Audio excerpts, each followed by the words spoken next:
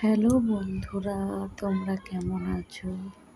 আমি তো অনেক ভালো আছি। তো বন্ধুরা দেখো, রাত্রিবেলা ভয়েস দিচ্ছি, জানি না কেমন শোনা যাবে। তো তোমরা একটু অ্যাডজাস্ট করে নাও, তোমরা তো আমার ফ্যামিলিরই মানুষ বলো।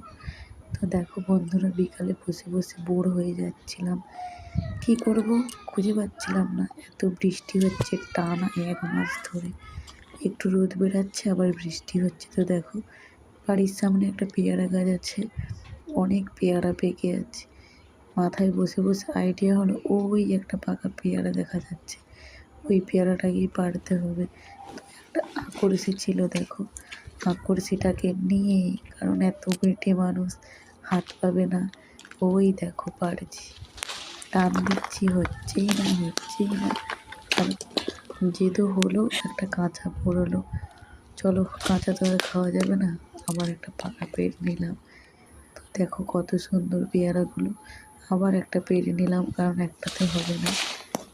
করেছি দিয়ে 2টো পেয়ারা পেড়ে নিলাম।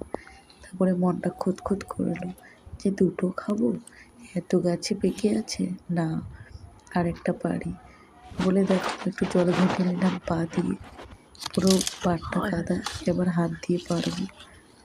এত চেষ্টা করছি, হাত পাচ্ছে না, ওই পেয়ে গেছে। তো ফাইনালি পেয়ারাটা পেরিয়ে নিলাম হাতে করে, অনেক কষ্ট করে নিমচে পারলাম। এবারে দেখো পেয়ারাগুলো ধুতে চলে এসেছি, কারণ কাদাতে পড়ে গেছিলো, তো কাদা তো আর খাওয়া যাবে না, কিন্তু ধুয়ে নিতে হবে।